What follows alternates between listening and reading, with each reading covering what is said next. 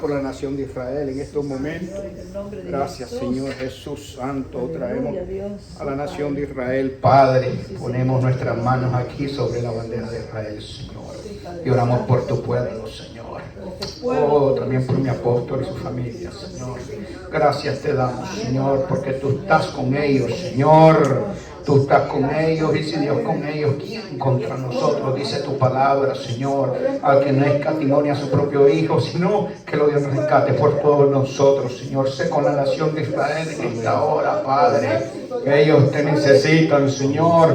Dales la victoria en lo que ellos emprendan, Señor. Tu palabra dice que ninguna arma forjada va a poder prosperar, que esta es la herencia de los hijos de Jehová, Señor. Así que te pedimos por ellos en esta hora, para que tú los acampes alrededor, como el ángel de Jehová acampa alrededor de Jerusalén, así tú acampas alrededor de los que nos temen y los defienden, Señor. Sé con ellos, Señor. Dale sabiduría a Netanyahu, Señor, para que puedan terminar con éxito esta guerra, Señor, y tú puedas traer la paz, Señor. La paz después de la tormenta, Señor. Tú puedes traer bonanza y calma, Señor, para que ellos puedan respirar, Señor, de tanto bombardeo, Padre. En el nombre bendito y poderoso de Jesús, rendimos gloria, poder y honra a ti, Padre, y solo a ti te pedimos por esta nación de Israel, Señor. Gracias te damos, gracias te damos, gracias, Señor, gracias, mi Cristo, gracias, Padre, amén, amén y amén. Gloria a Dios, den un aplauso al Señor, amén. ¿Se me cae? Amén. Bueno, felicítese, ya usted cumplió un año aquí. ¿Cómo? Sí. Ya usted cumplió un año en este lugar. Pero ¿cómo es posible? ¿Cómo se paga la renta? No lo sé. No lo sé. Jamás le he quedado mal a la dueña del local. Amén. Dios nos ha respaldado, Dios nos ha bendecido, Dios ha contestado oraciones. Y la verdad que es la matemática de Cristo. Un año de sanidad de mi cuerpo, aleluya. Porque usted me dice cómo, yo no sé cómo. Porque yo he tenido negocio. Y yo me preocupaba al principio. ¿Cómo voy a hacer para pagar? ¿Y de dónde saco? Y hasta que el Espíritu Santo me dice, ese no es tu negocio. Amén. Es el negocio de las almas de Cristo. El Señor nos deja ver qué puede hacer con poco, con mucho o con ninguno. Porque Él es Dios. Amén. Él es Dios, Él es soberano. Amén. Y Él hace su palabra, no vuelve al vacío, sino que va y hace lo que Él le dice. Amén. Amén. Pues ya tenemos un año aquí. Bueno, sin más preámbulo, vamos a la palabra de Dios. El mensaje que les tengo es la matemática de Dios. Suena raro el título. Nunca he predicado de esto. Pero una vez miré un pastor hace más de 30 y pico de años que predicó de la matemática de Dios. Y es que nuestro mundo está hecho por números. Desde que usted nace le asignan un número. Le dicen Gladys tal, pesó tanto, nació a tal hora, hijo de fulano, de mengano, y ese es su número. Y le cuento que cuando nos morimos también, murió a las 10:35. Nos asignan un número. O sea que nuestro mundo está gobernado por los números. Usted ve la aguja de su carro y dice, tengo medio tanque. Sí, puedo ir a recoger a la hermana y venir a la iglesia. Ya usted está haciendo números. Amén. Todo el universo, la tierra está puesta, la luna, las estrellas, en su lugar por Dios. No se pueden ir ni para la derecha ni para la izquierda porque están matemáticamente, como dice el Chapulín, fríamente calculados. Amén. Amén. Pero a pesar de que nosotros somos gobernados por los números, nuestra creación, 7 días, Jesús dijo perdonaremos no 7 veces 7, sino 70 veces 7. A pesar de que todo está hecho por números, también la Biblia habla de los números. Habla de los números, pero el problema es que la matemática del Señor no es de este mundo.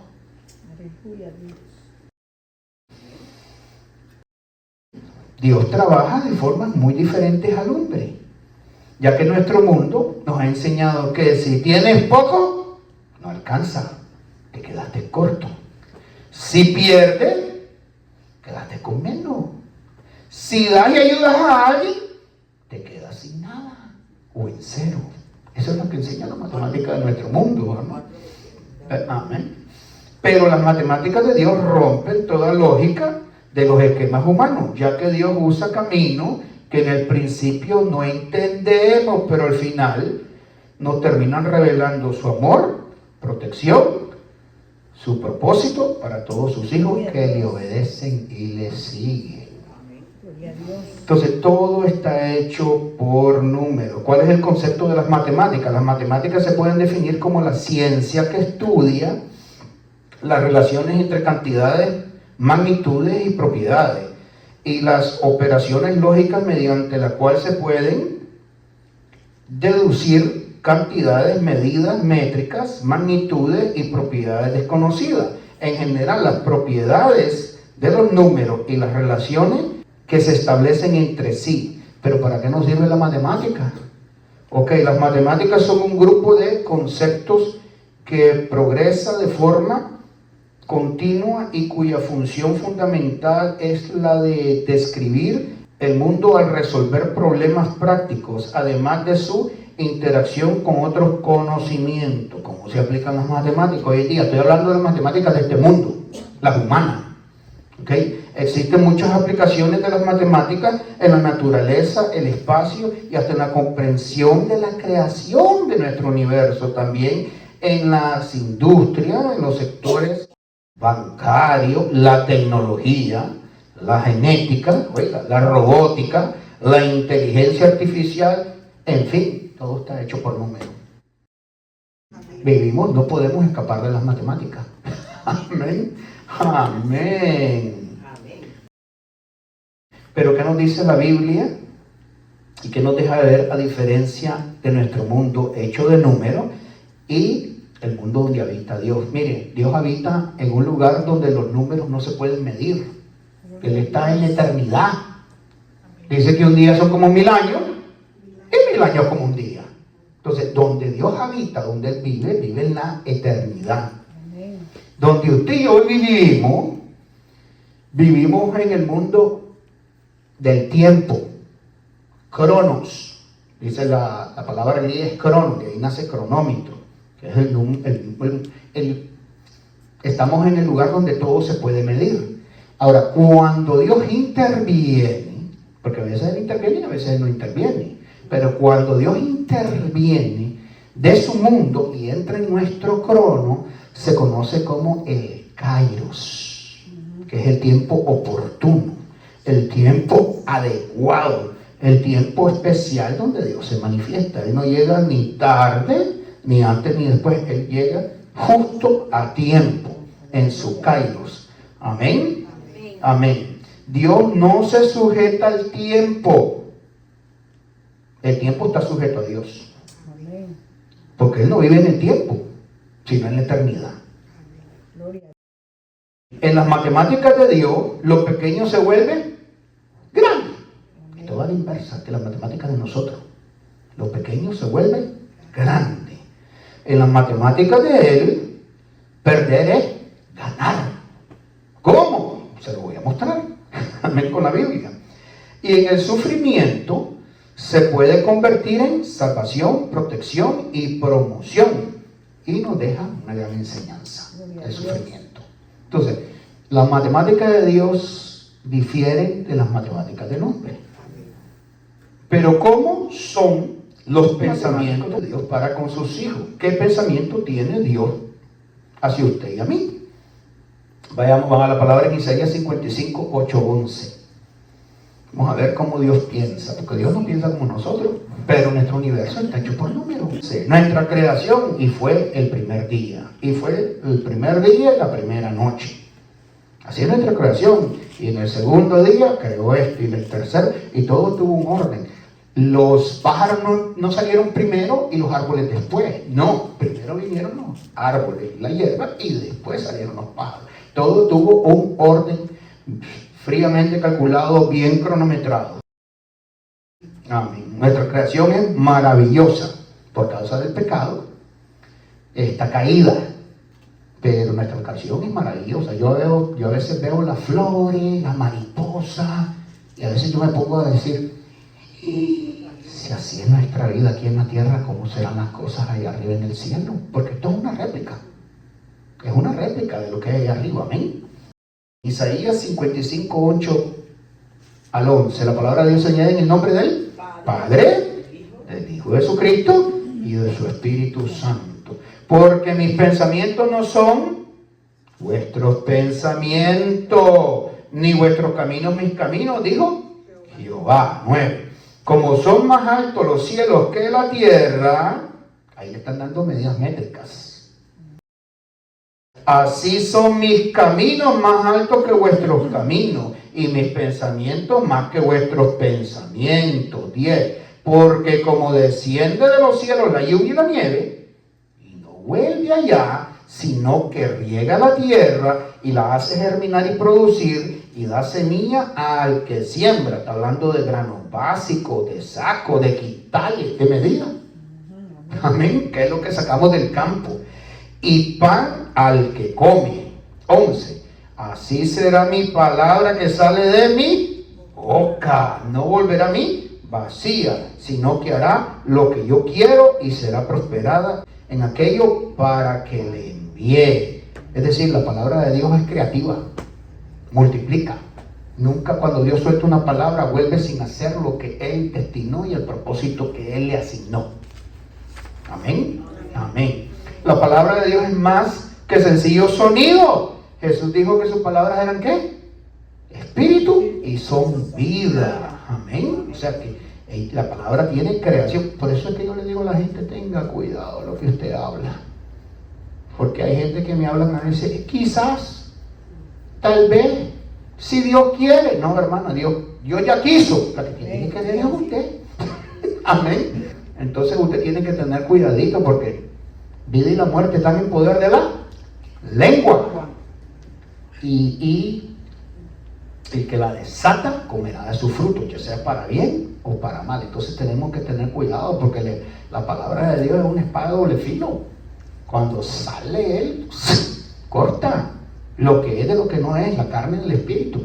Amén. Y es creadora. La palabra de Dios. Con eso no estoy diciendo que usted y yo somos pequeños dioses, que creamos, no. Pero uno tiene que tener cuidado con lo que uno confiesa, porque todo lo que uno siembra, inclusive lo que usted siembra con la boca, usted lo va a recibir.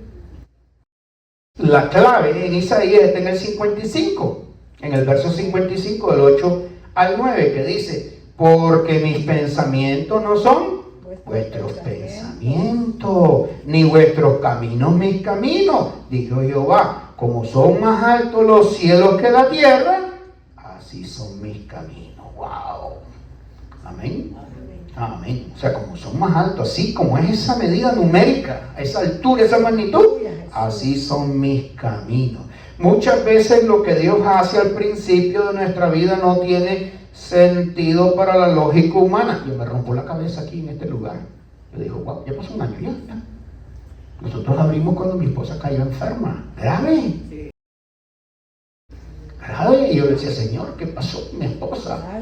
Abrimos el templo, trajeron una bebé bien linda, nos regocijamos, hicimos una gran inauguración y a medianoche mi esposa estaba grave, fatal. Entre la vida y la muerte, y los médicos pues le salvaron la vida. Gracias. Y después de eso que le entubaron, la volvieron a reentubar por segunda vez y me estaban diciendo, mire, prepárese, no damos, esto son cosas delicadas, que esto, que lo otro. Y yo decía, Señor, ella está en tus manos. Y yo me angustié, porque hasta el más fuerte se angustia. ¿Sí? Lo que me llamó mucho la atención es que personas me llamaban y me decían, pastor, va a abrir la iglesia. Y yo le decía, pero imagínate, ¿qué clase de pastor soy yo si hablo de perseverar en la prueba y no vengo y no abro la iglesia? Amén. Amén. En 2 ocasiones me llamaron, pastor, va a ir a abrir la iglesia.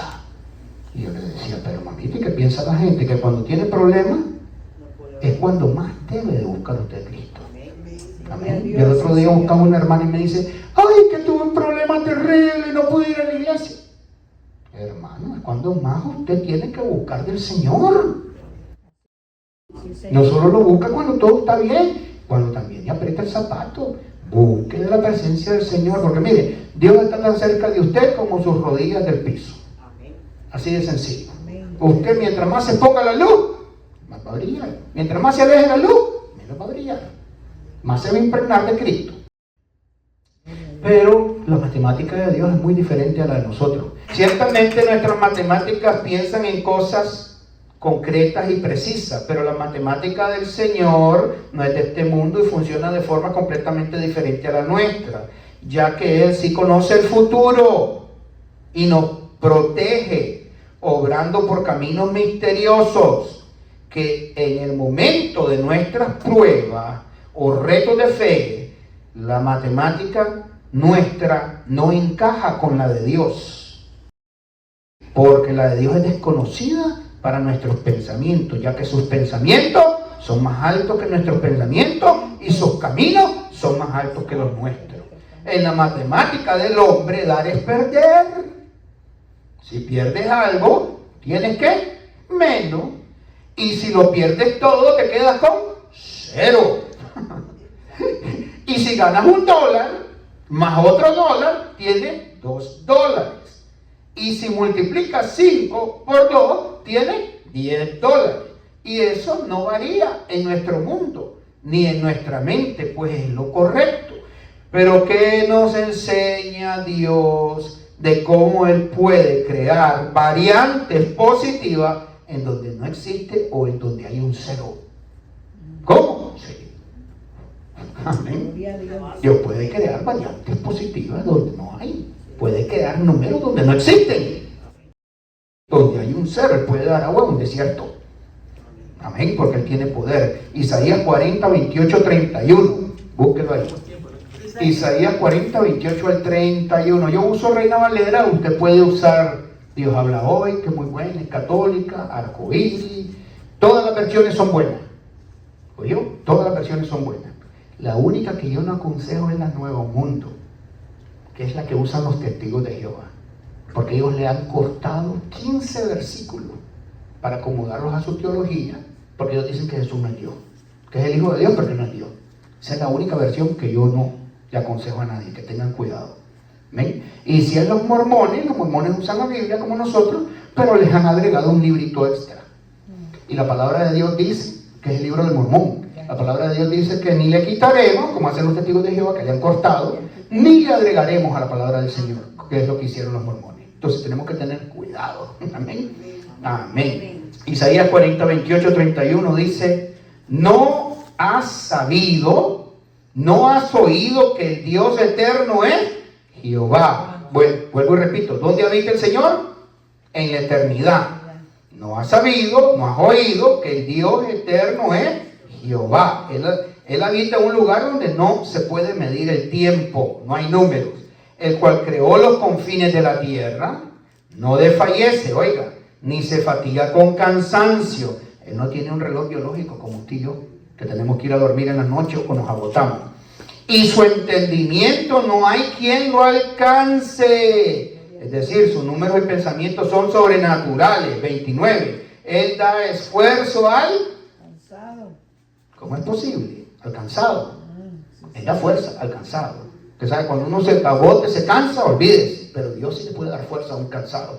Y multiplica. Oiga, Él hace una multiplicación. La fuerza de aquel que no tiene ninguna, al que esté en cero. Solo Dios puede hacer eso. Amén. 30. Los muchachos se fatigan y se caen. Los jóvenes flaquean y caen. 31. Pero los que esperan en Jehová tendrán nuevas fuerzas, una energía interna que no es de ellos. Levantarán alas como las águilas, correrán y no se cansarán, caminarán y no se fatigarán. Solo Dios puede poner y multiplicar donde no existe nada. Amén. Amén. Pero en el reino de Dios ocurren cosas maravillosas que parecen extrañas, como si fueran una locura. Y es que la primera locura es que usted y yo somos salvos por la locura del Evangelio. Eso lo dice Pablo. Es una locura que si usted se pone a pensar y analizar con lógica, no tiene. El bueno muere por los malos. El justo muere por los injustos. El santo muere por los pecadores. Y encima de eso que muere nos justifica. Nos justifica. Nos lava con su sangre. Nos restaura. Nos da una vida nueva. nos da identidad, nos vuelve hijos de Dios. Amén, porque la gente se piensa que todos son hijos de Dios. No, que todos somos hijos de Dios. Que la vaca, que el perrito, que usted, que yo. Bueno, en cuanto a creación, pero no en redención. ¿Cómo? No. Dice la Biblia que solo aquellos que han creído, Él les dio el derecho, la potestad de haber sido hijos, hechos hijos de Dios, no por sangre ni carne. O sea, que no es algo que el Hijo de Dios puede heredar, sino por el Espíritu Santo. Amén. Entonces, no todo el mundo, sí, todos los animalitos y la creación es creación de Dios, pero no son hijos de Dios. Amén. Es un privilegio que tenemos nosotros, que no cabe en la mente.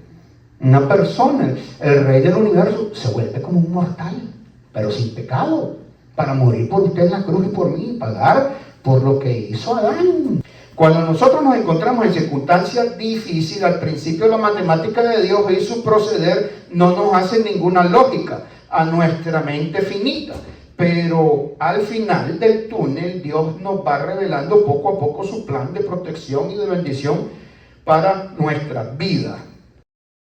1. Él hace cosas extrañas al principio para protegernos en el futuro. 2. Para mostrarnos su grande amor y misericordia. 3. Para glorificarse y exaltar su santo nombre y manifestar su gran poder al cuidado de los que le obedecen y le siguen.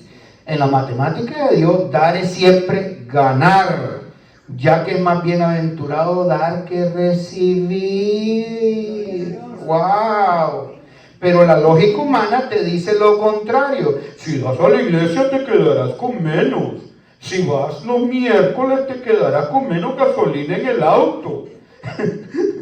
Si lo das todo ante la necesidad de ayudar a alguien, te quedarás sin nada, en cero. Esa es la lógica humana. Sin embargo, en la matemática de Dios, dando es como recibimos, sembrando es como cosechamos. Dios bendice al dador alegre. Amén. Todo lo que el hombre siembra, eso también cosechará. Entonces, Dios tiene leyes para con sus hijos. Amén. Para con los hijos. Amén. Y son leyes espirituales que a veces hasta gente impía, asústese, las pone en moción y le funcionan. Dios es dador del que presta o ayuda al pobre. Y gente impía hace eso y le funciona. Amén. Porque son leyes que Dios estableció. Pero Dios dice todo lo contrario en su palabra de cómo Él espera que nosotros nos comportemos, para recibir sus bendiciones. En Lucas 6, 37 al 38 es corto. El juzgar a los demás. Dice, no juzguéis y no seréis. ¿Y no seréis qué? Juzgados. No condenéis y no seréis condenados. Perdonad y seréis perdonados. 38. Dad. Oiga la matemática del Señor. Dad y se os dará. Medida como buena, apretada, remecida y rebosando darán en vuestro regazo, porque con la misma medida con que mides, pues volverán a medir. ¿Está viendo la matemática del Señor?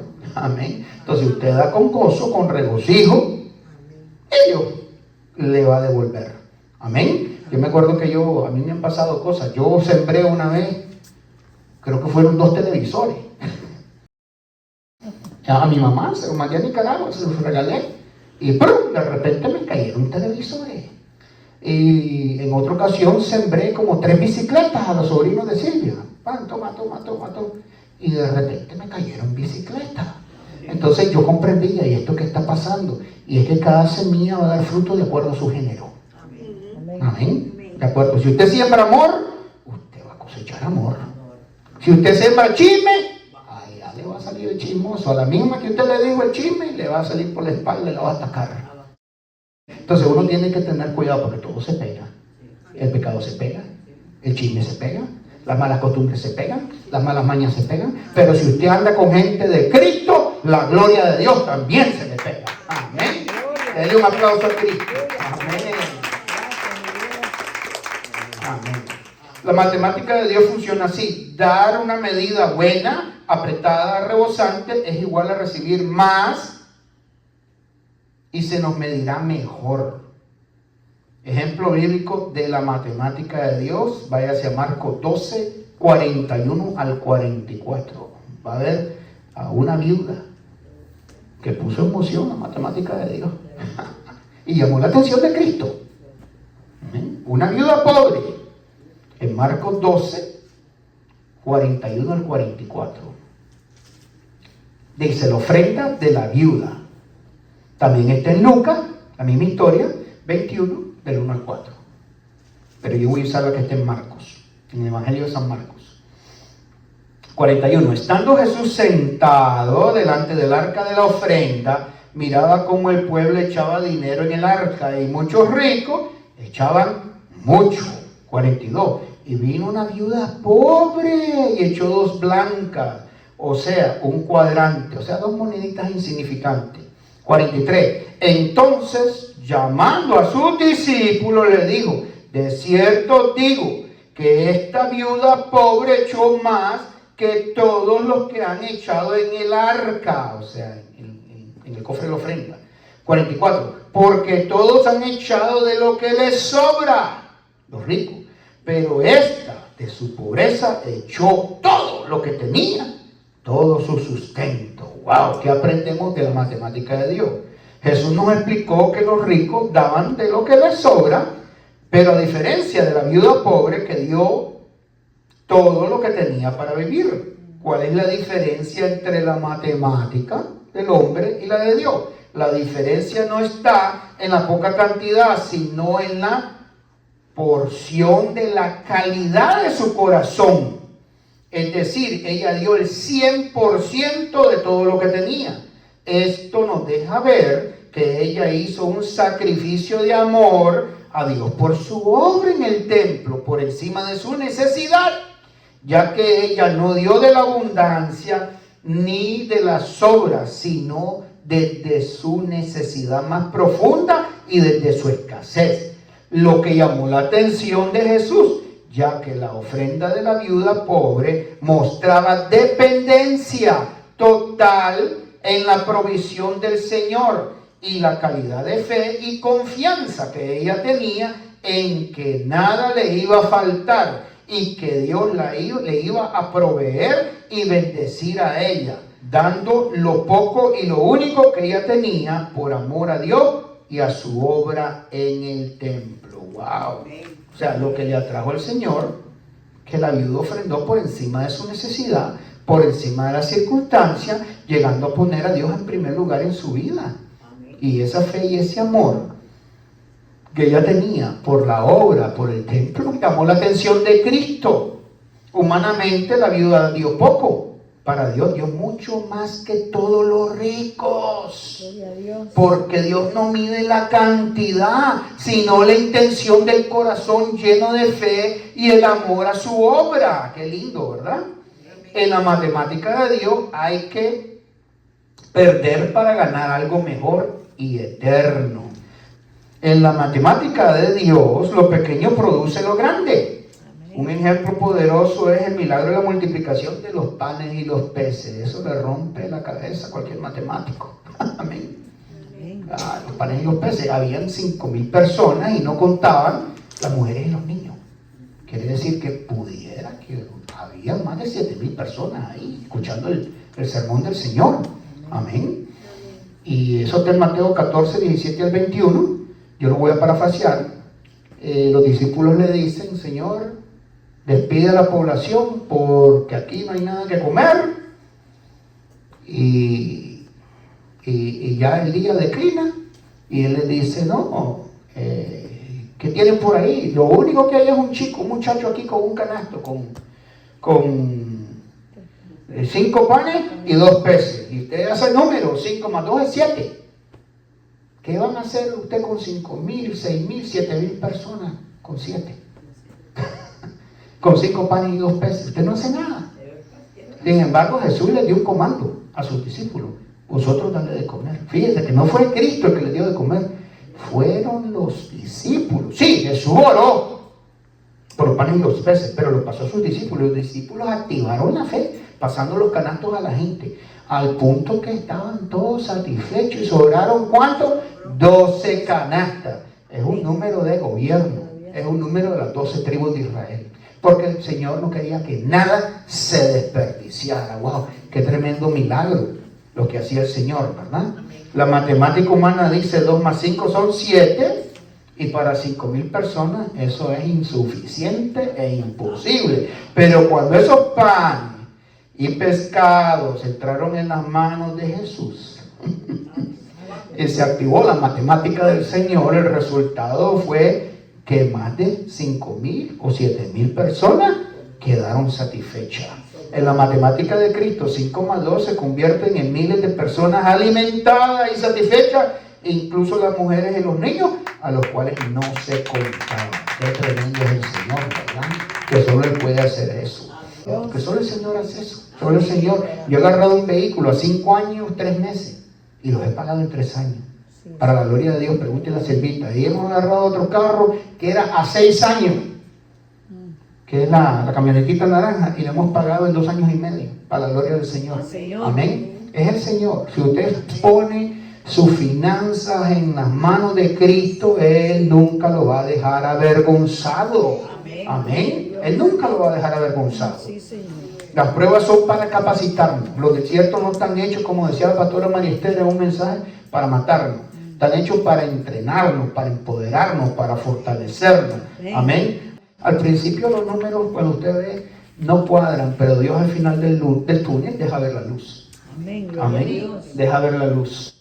Gloria sea el nombre del Eterno. 5. En la matemática de Dios, la muerte produce vida. ¿Cómo? Sí. Es todo al revés. El menor en el reino de Dios es mayor. Oiga, es todo al revés. El primero termina de último. Y el último viene de primero. Eso dicho por el Señor. Todo es diferente a la matemática nuestra. Amén. El mayor ejemplo de esto es nuestro Señor y Salvador Jesucristo. Las matemáticas humanas decían, lo crucificaron, es igual a derrota y muerte. Pero la matemática de Dios fue diferente. La cruz, más sangre, más muerte, es igual a resurrección, salvación y perdón de pecados a todo el mundo. ¡Wow! ¿Está viendo? Tremendo.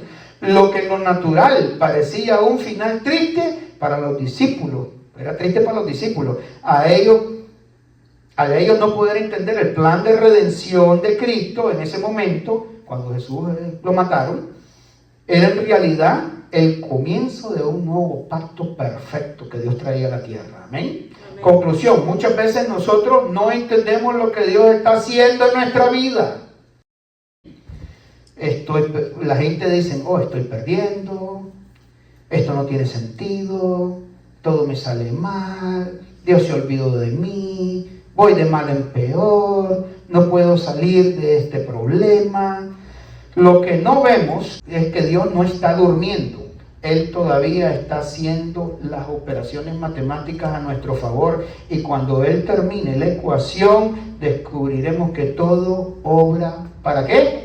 Para bien. Amén. Romanos 8, 28. Me voy a despedir con una anécdota de una gallinita. ¿Le gusta la historia? A mí también. Era una gallinita que tenía un pollito recién nacido en el gallinero. Y el gallo le dice, amor, voy a ir al pueblo y voy a comprar maíz. Y la gallinita le dice, ok. Mientras tanto ella le pone su cobijita, arrulla su pollito. Llega la noche y el gallo no volvió. Y la gallina se preocupa. Al siguiente día le dice a las amigas gallinas, cuiden de mi hijo, voy a ir al pueblo a buscar a ver qué pasó con mi gallo. Y ella va donde el panadero, ¿no ha visto al gallo? No. Va donde el herrero, ¿no ha visto aquí a mi gallo? No. Va donde el leñador, ¿no ha visto? No. Ahí a la gallinita le cae el 20 y dice, este hombre me abandonó. No quiso la responsabilidad del hijo. ¡Qué barbaridad! Bueno, la gallinita se regresó, siguió acurrucando a su hijo, y entonces ella comenzó a salir a trabajar y le dijo a la otra gallina, ¿me puedes cuidar a mi niño, a mi pollito? Sí, váyase, hermana, tranquila. Y se fue la gallinita a trabajar. Compró maíz y se fue al mercado. Vendió el maíz y comenzó a comprar más maíz. Y Con el tiempo rentó un puestecito en el mercado. El gallito creció, el pollito creció, comenzó a ayudar a su madre en el mercado. Y al final él tuvo una idea y dijo: mami, mire, con lo que tenemos ahorrado vamos a comprar un camión y yo llevo los sacos de maíz y me voy al otro pueblo y hago la distribución y así ponemos otro puesto. Y le dijo a la gallinita: vaya, mi hijo, Dios te bendiga. Y el negocio comenzó a prosperar y crecer. Ya la gallinita llegó viejita y el gallito fue bien prosperado y le compró tremenda casa y le dio las llaves: mamita, para que te estés bien en tu vejez, aquí está tu casa. Ay, mi niño tan lindo. De repente tocan a la puerta un gallo viejo, cansado, hecho leña, sin vida, y le dicen: ay, hijo, ¿y tú quién eres? Soy tu papá. ¿Ah, tú eres mi papá? Le dice el gallito: sí. Disculpa, yo vengo a pedir perdón, me fue muy mal con aquella gallina con la que me fui. Se me pagó mal. Y yo quisiera pedirle perdón a ustedes. No, tranquilo, papá, no pasa nada, pero viéndolo bien, yo no te guardo rencor, le dijo el gallito, pero viéndolo bien, si tú no nos hubieras abandonado, yo no fuera ni me hubiera convertido en el hombre que soy. Gloria a Dios, obró para bien. Amén. Amén. Moraleja: lo que otros ven como pérdida, abandono o obstáculo pudiera ser el trampolín que Dios usará a tu favor para bendecirle. Denle un aplauso a Cristo. Gloria a Cristo. Gloria sea a Dios. Dios lo bendiga. Amén.